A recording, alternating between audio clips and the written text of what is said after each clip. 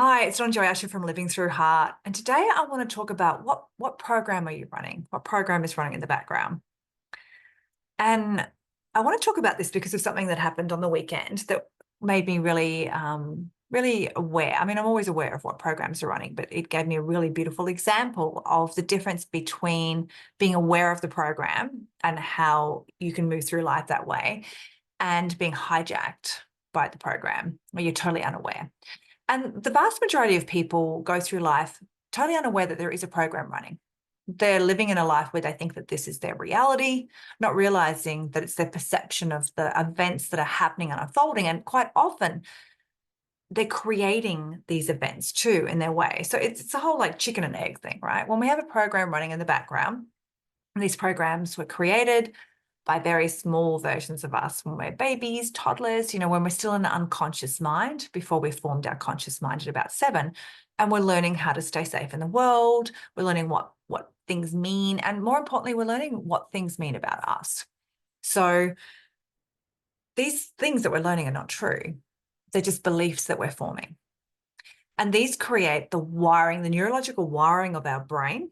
These beliefs are wired up so that our brain is wired up to loop in patterns and to alert us to danger because the unconscious mind is trying to keep us safe. So just like it learns to do things like ride a bike, clean our teeth, do things that we can do automatically without thinking about, it learns other things in life, our brain, and it sets these up through the neurological wiring.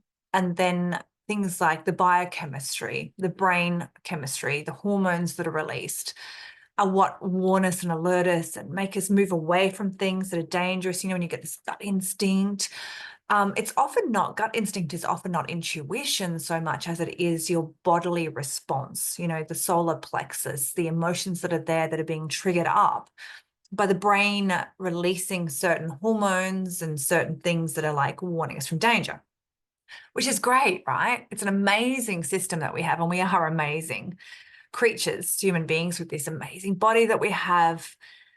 But what we need to remember is that these programs were written by children, by toddlers, by babies, trying to stay safe in the world. And quite often the things that they're warning us about to stay away from are not things that are actually dangerous to the adult. And they probably weren't even dangerous to the child. Some of them, I mean, a lot of them were, but some of them weren't dangerous to the child either. It was just the way we made sense of things. When things happened that we couldn't comprehend, we made sense of it by making it mean something about ourselves. And we go through life continuously making things mean something about ourselves. So, for instance, if mum doesn't read you a story one night when you go to bed, and it makes you feel a certain way when you're a child and you can't understand why is she not doing this. And really what you can't comprehend is it's like mum's really exhausted, mum's really tired, mum's really fed up. Maybe mum's had a fight with dad that you're unaware of and she's just like, she can't be there and she just needs some time out, right? But as a toddler, you don't understand that. You can't go, oh, it's okay. And sometimes the adult mind, in reflection of these moments, will go, oh, it's okay. Mum was just like this. That's okay. And we write off the child and what it meant to the child. But the problem is that it's what it meant to the child that is still the program. And so many people bypass this stuff in life. They bypass the real problem, which is what the baby made it mean, by making it okay with the adult mind.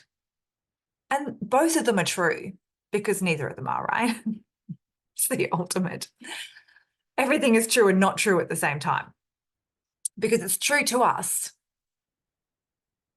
but it's true to us because it's our belief and it's our perception.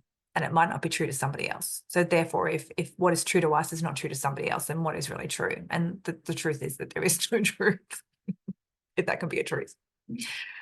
Anyway, so the child is making something mean something. And when the adult, and I have this in therapy where they're like, oh, yes, but mum this and mum that. And I'm like, listen, stop.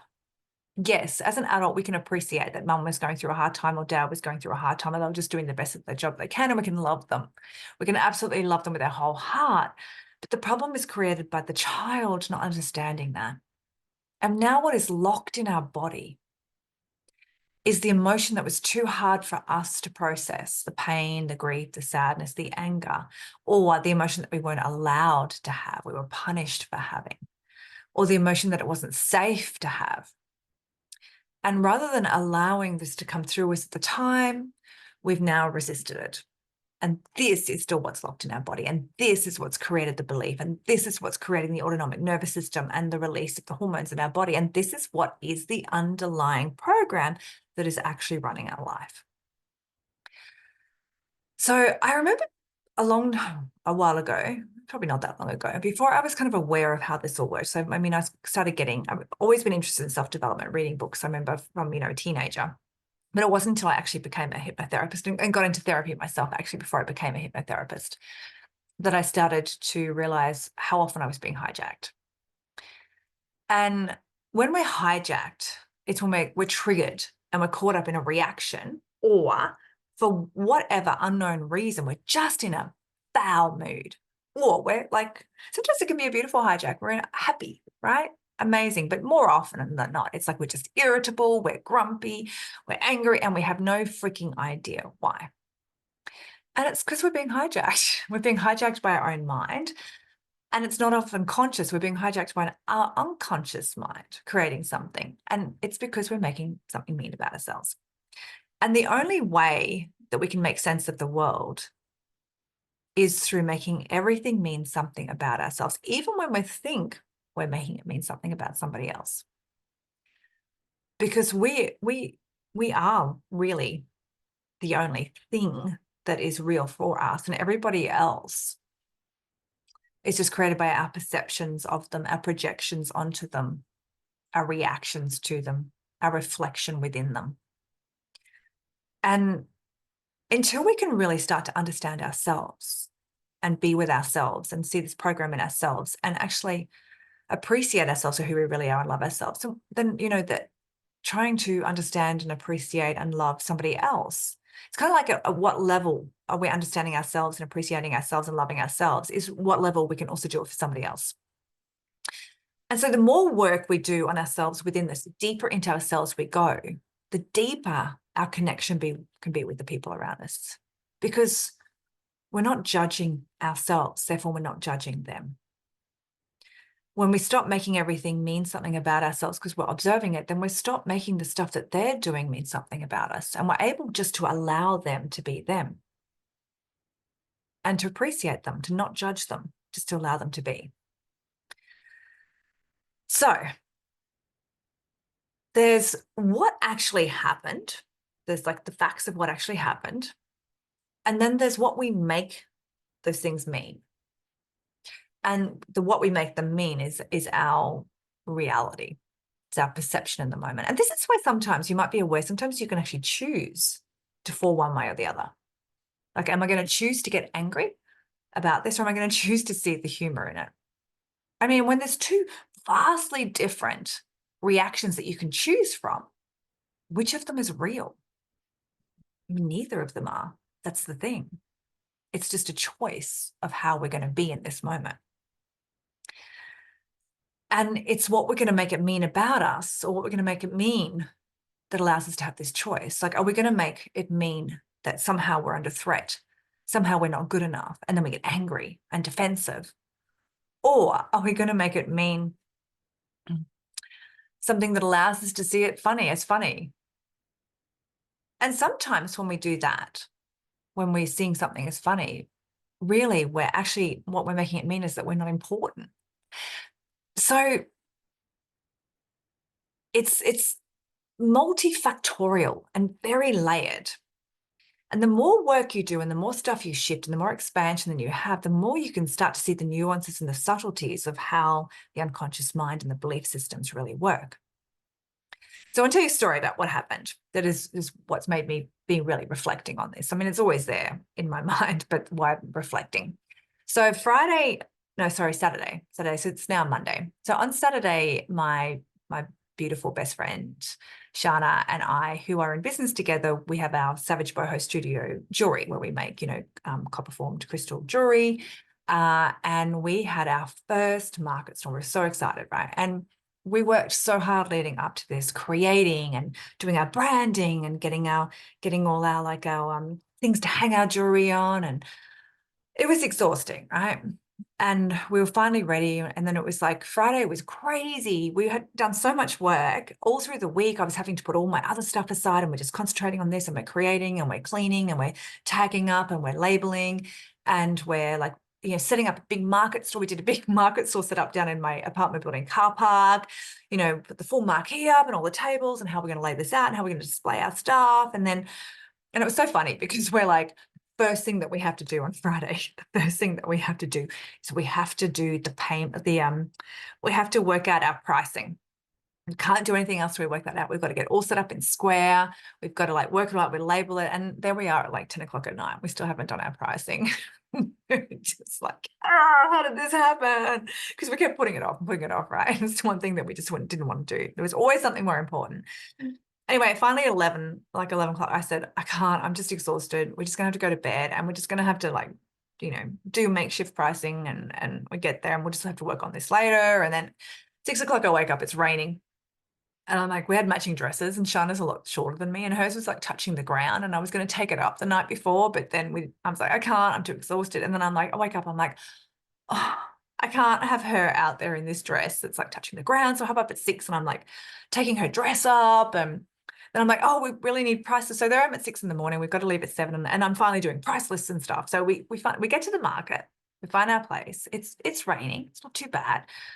We set up the full thing, right? We've got everything on display. And then we realize this marquee has got holes in the roof. It's got water coming through.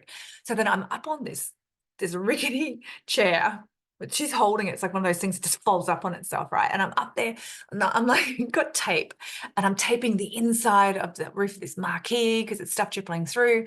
And there's a bit of lightning. Okay, it's a little bit of a storm around and I'm like, okay, this feels to me like this is going to clear up soon. I'm looking at the cloud cover and from having lived in Cairns for quite a few years and being spending a lot of time fishing and out in the boat, I've got a kind of a bit of a feel, a sense for the weather. I'm not saying I'm always going to get it right, but I kind of felt that this was going to clear up and that it was going to stop raining soon. And there I am, I'm up on this chair, I'm patching the inside of the marquee and they turn up, the organisers turn up and say, we're calling it. It's too dangerous. And I'm like, what? Like, I mean, what I was doing on the chair was far more dangerous than the weather situation at that time. The lightning and the thunder were a far apart, which meant that it was not overhead. And I'm like, okay, well, can we just go and stand at the buildings? I get it. I get that there's some danger with, us getting struck by lightning. Can we just go and stand at the buildings and wait for the storm to pass? Like, no.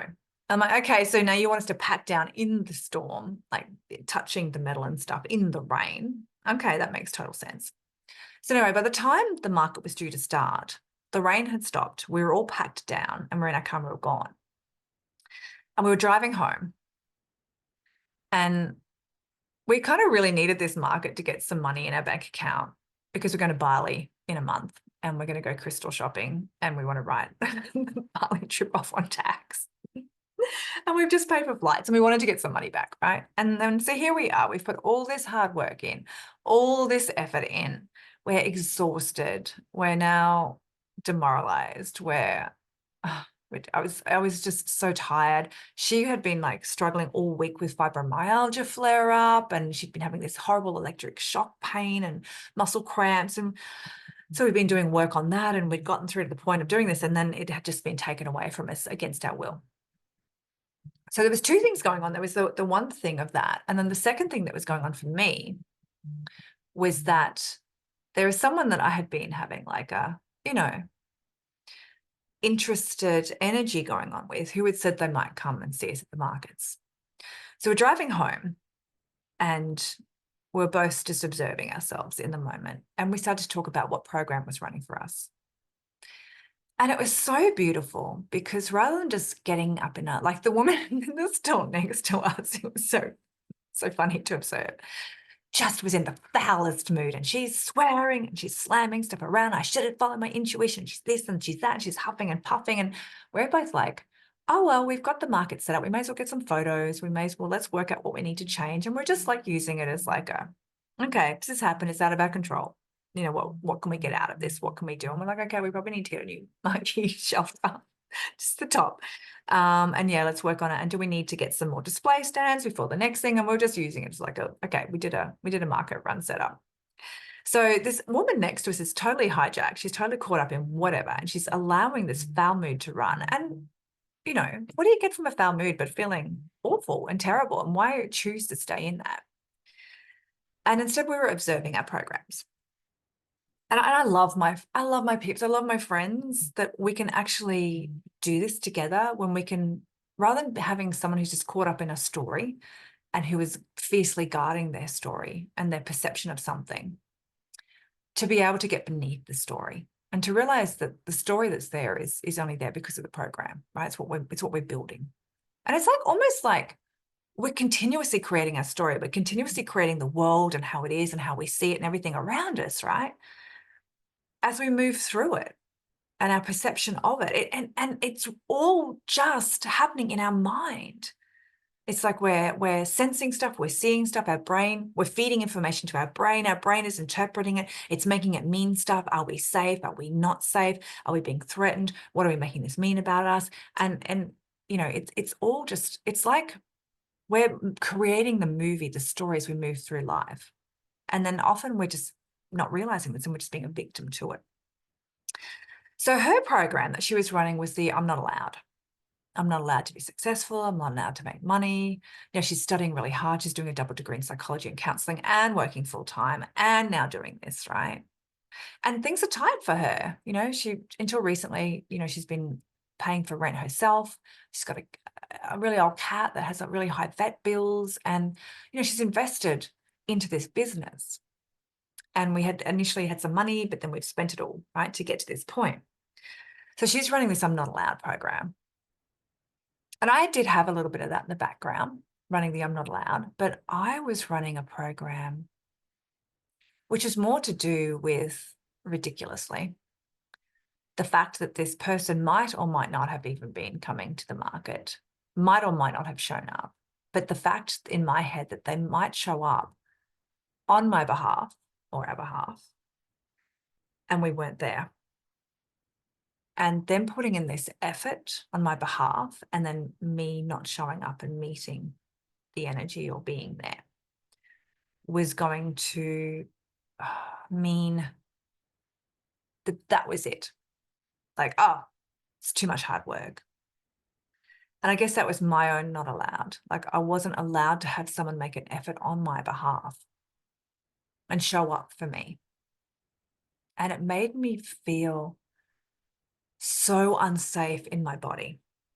And it just made me see this old program. It's still there, a lot more subtle. It's still there after all the work I've done, where I have to just make everything so easy for them, because otherwise I'm going to be high maintenance, or otherwise I'm going to be too much, or otherwise they just can't be bothered, right? And I've got my other business partner, Jody, that I do the self-development and the live events with, that we're just starting up with unleashingyou.net. I've seen her in her relating with men that she's seeing, and how she just goes in and says it how it is and tells them to fuck off, blah, blah, blah, you're not showing up with me, and how they come running back and, oh no, we need to talk about it. And I'm like, how do you do that? How do you get away with that? Like, the last couple of times that I've actually called someone in something, I mean, I think I mentioned quite a few episodes ago about how I finally allowed myself to express my anger about something, and they blocked me. I laugh now, but it was really painful at the time. And what that triggered up in me was my fear of rejection. So I've got these programs running in the background, this abandonment, rejection, fear of abandonment. And that leads to the I can't do anything that makes me be too much, right? Which then means I'm attracting in what I attract in is the people where I am too much, or I'm not allowed, or, like, it's like, oh, they could take me or leave me, right?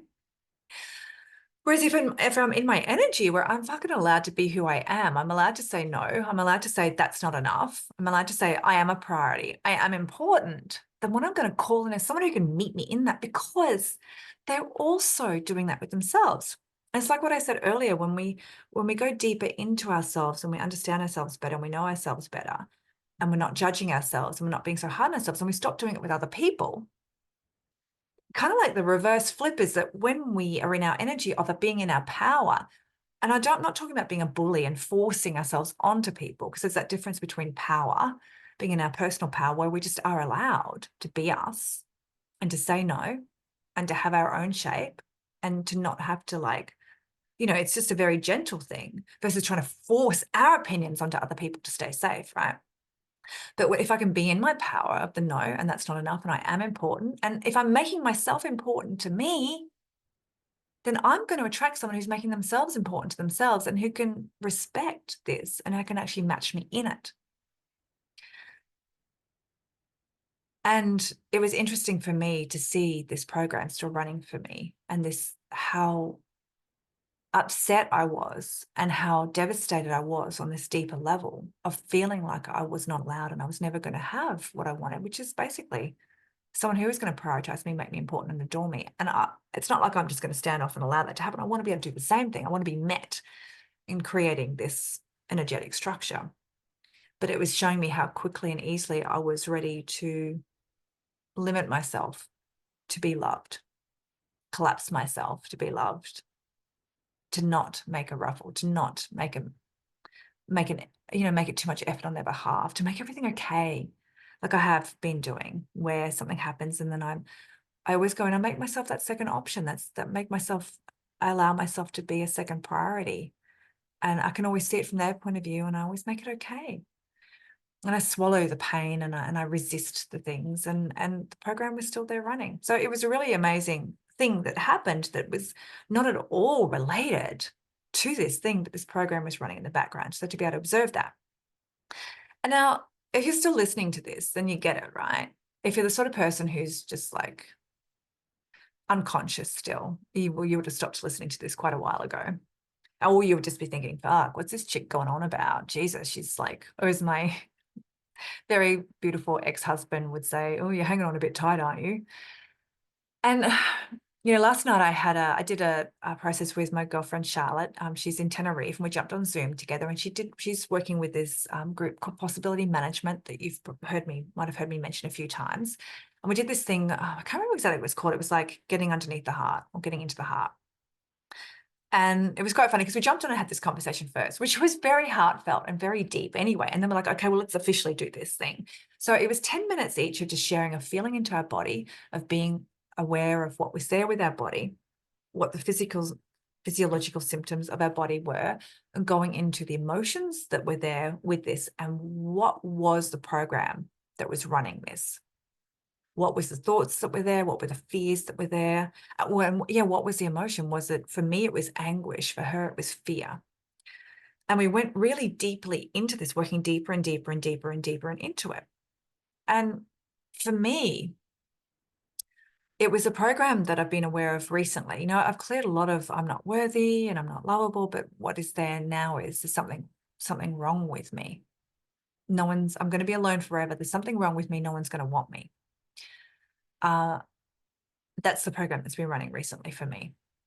And what I hadn't realized that was there was this shame. There was shame there that was in my body, that when I went into it, shame that there was something wrong with me and that was all my fault, that no one wanted me. And I can feel it now in my solar plexus when I hit this shame, and it's almost like this shrinking, and like this desire to take myself away because there's something wrong with me. No one's going to want me anyway, so why bother trying, right? And so I was able to go into that and observe that, which was really great, because I hadn't known that was there before. So, I mean, you might be thinking, what's the point of going into this stuff? What's the point of going in right in deep to it? Does it change anything? Does it make any difference? And the answer is yes, it makes all the difference in the world, because when you're aware consciously of the unconscious program, or what is no longer unconscious, right? When you can go into and make something that's unconscious conscious and have a conscious observation of it, sometimes that in itself is enough to actually dissolve it. Sometimes it's enough to bring up something that you need to work deeper into. Okay, so where has this come from?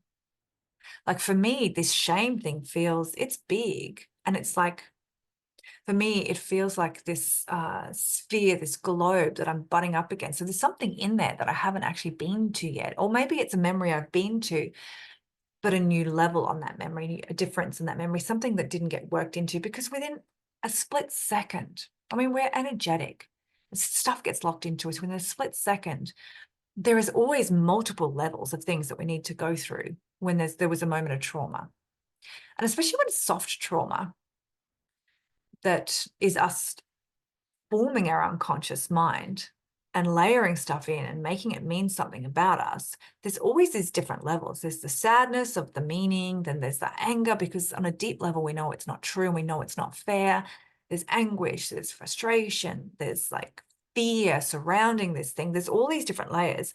And the very bottom will be one thing that's underpinning it all. And when we can get to that one thing, then we can heal and dissolve it. So sometimes we go to a memory, but we don't get all the way to the bottom. And sometimes it's because we don't know how to get there, or the person working with us isn't asking us the right questions. And sometimes we're just not ready for it. Like it's these layers that we heal in.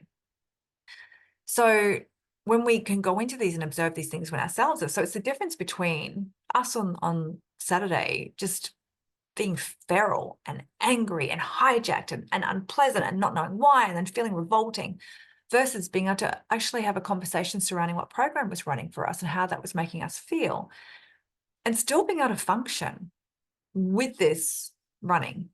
So still being able to show up, do what needed to be done, to still be personable, and to be able to be with ourselves and to give ourselves what we needed in those moments. So, I mean, we basically got everything set up. I came home and I went to sleep for a few hours and just held my heart. And it's okay. It's okay. You're safe. You are allowed. You are allowed to be. You are allowed to be in your power. You are allowed to say no. And anybody who doesn't let you say no isn't your person. Anyone who is going to expect you to become another version of them, or to be their shape, or for you to have to keep being the one that compromises and conforms to meet them, they're not the person. And I'm not saying that this person was that. It was like what I was ready to do to be accepted, to be lovable, that was being shown to me, that it was still there. And so for me to watch myself within that, for me to be able to observe myself and go, oh, hang on, I'm about to do that thing again. And to catch myself in that and go, okay, well, what is really true for me in this moment? What's really true for me in this moment is that I'm a priority, that I'm important. And sometimes we have to compromise. Sometimes shit comes up and we can't be that priority, you know. But when it's something that's happening over and over again, there's always a good reason for it. This person may not be able to just give us what we need, rather than us to keep conforming or compromising.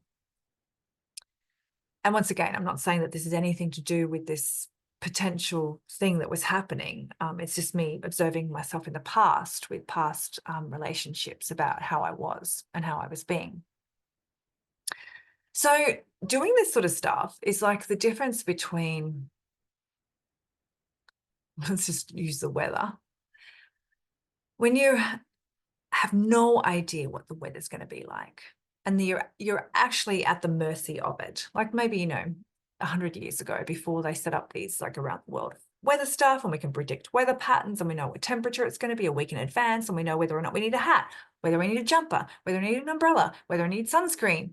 We know what's going to happen, because we've got this information that's coming to us, right? Whereas before they did that, they had no idea. Is it going to rain tomorrow? Is it going to be stormy? Is it going to be thundering? Like a ship at sea. The weather would just come through.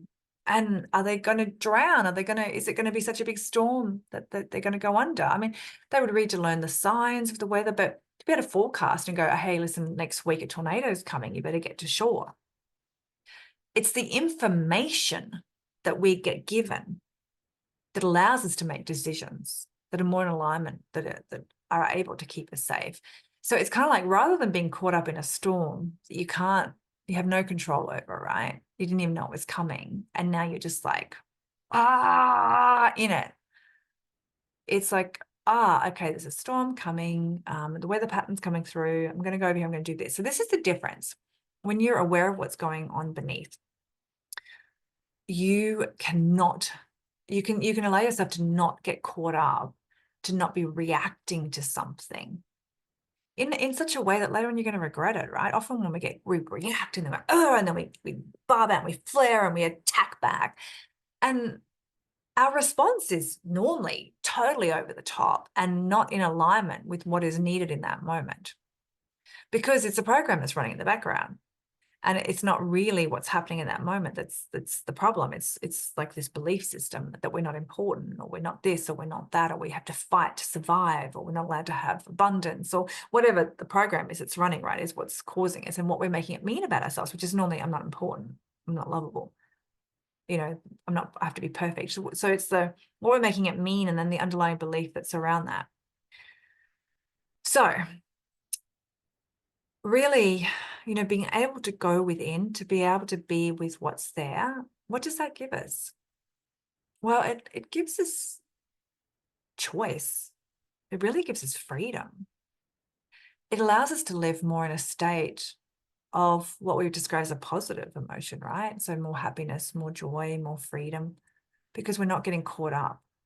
And when we're not always making something mean something negative about ourselves, when we're able to observe that that's there, and then to have it there, but not having it own us, then we can be happier.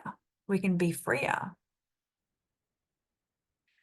And rather than having to live unconsciously and then being unhappy all the time and then dulling that with TV and with alcohol and with drugs and with like having to always network and always having to be with people because we can't be with ourselves.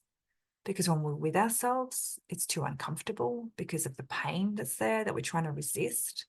And most people go through life like this.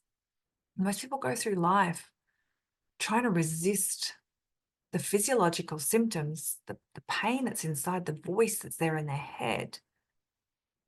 And they resist it, and they put all these barricades in place. Like if they're not with somebody, if they have to be by themselves, and they either have to be lost in social media scrolling or in Netflix or in alcohol and Netflix, or because it's too uncomfortable to be with what is, because of the belief that's there. And they're totally unconscious that this is what it is. They just know that on a deep level, they're very unhappy. And then some people jump from relationship to relationship to relationship to relationship to relationship, trying to find that happiness, trying to have someone make them happy, when in reality, it's their job. And if you can't make yourself happy, if you can't just be happy by yourself, then you're never going to be able to be happy with someone else long term. And it was interesting, last night, I was going into this stuff again, and it was actually starting to take over. It was starting to hijack me. And I caught myself in it. I caught myself in because Shana was here and we were getting all the labeling, finishing the processing and the tagging and, oh my God, the printing and the laminating and then the sticking on to the little boxes for the rings. And because I was so busy doing that, the symptoms, the physiological symptoms of what was the program was starting to overtake me. And I caught myself in the fear of being alone forever and the pain of that, right? And my thought was that I wanted to take her home. I was looking forward to taking her home so I could be alone to process the pain of being alone. And I was just like, whoa, hang on. This is crazy. I'm here with her, not alone, with someone who loves me, and we're my best friends, and we're having this thing together, and I'm caught up in this fear of being alone forever. And I'm not alone at the moment. So I was able just to, once I could see this desire to be alone, so I could be with my fear of being alone. Once I shone the light on it, I was able to see the humor in it, and that just dissolved. And I was able to just relax and enjoy myself again, and enjoy her company, and enjoy the moment, the present moment. Because this is all that is true in life, is the present moment and what we're making it mean about ourselves and what we're making it mean in general.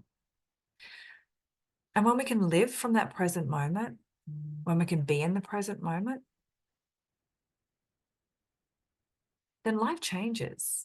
And we're not having to control We're not having to force an outcome, which is I was very good at, having to always be in control of how things looked to make sure that I was going to feel safe within it or get what I wanted within it. And when we're having to do that, you know, when you imagine everyone out there trying to control stuff, right? And we're all trying to force each other to have things the way that we want them. And then some of us are just like, oh yeah, we're compromising because that's how we stay safe. But when we can be in the present moment and be safe within the present moment and just flow from moment to moment, seeing how we feel and the choice and being aware of the underlying program and making sure we're not being hijacked by it, making sure we're not recreating the same pattern over and over again. And that's where true freedom comes in. So I hope you got something from my ramble. I did have some notes. I think I mentioned everything. But yeah, if you want to, or check out, if you want to check out our jewelry, go to savagebohostudio.com. And yeah, go check out our stuff. It's beautiful, beautiful jewelry, and we love it, and we put our heart and soul into this stuff. So, and we wear a lot of it. That was our biggest problem solving was like when we had like a tray and there was one ring that wasn't kind of working with them. We're like, well, we don't have room for another tag, and this we've got the multi and the single, but this is a 3 and the multi's a 5. So what do we do? And then we just go, does this fit you? Right, it's yours. So we both ended up with these ones here, my beautiful Australian opals. If you're on YouTube, you can see these now. These are acquired from the stock box on the weekend. So yeah, or unleashingyou.net. That's my business with my friend Jody at the moment, where we are about to run our first live event in Perth, though we will be running online stuff. So if you go check out that, that link, unleashingyou.net, will take you wherever you need to go in this moment to show you what is available from that into the business. And of course, there's livingthroughheart.com. My personal brand, which and donnajoyusher.com, which has got everything. It'll have the jewelry, it'll have and I say it will because I need to update that site. But yeah, it's going to be my hub for everything I do. So my books, my fiction books, my jewelry, you know, all my passions, my creative passions, my helping people, the healing, the events that we're running, you know, future there'll be retreats and stuff like that. So yeah, go check out those sites if you want to know more about me.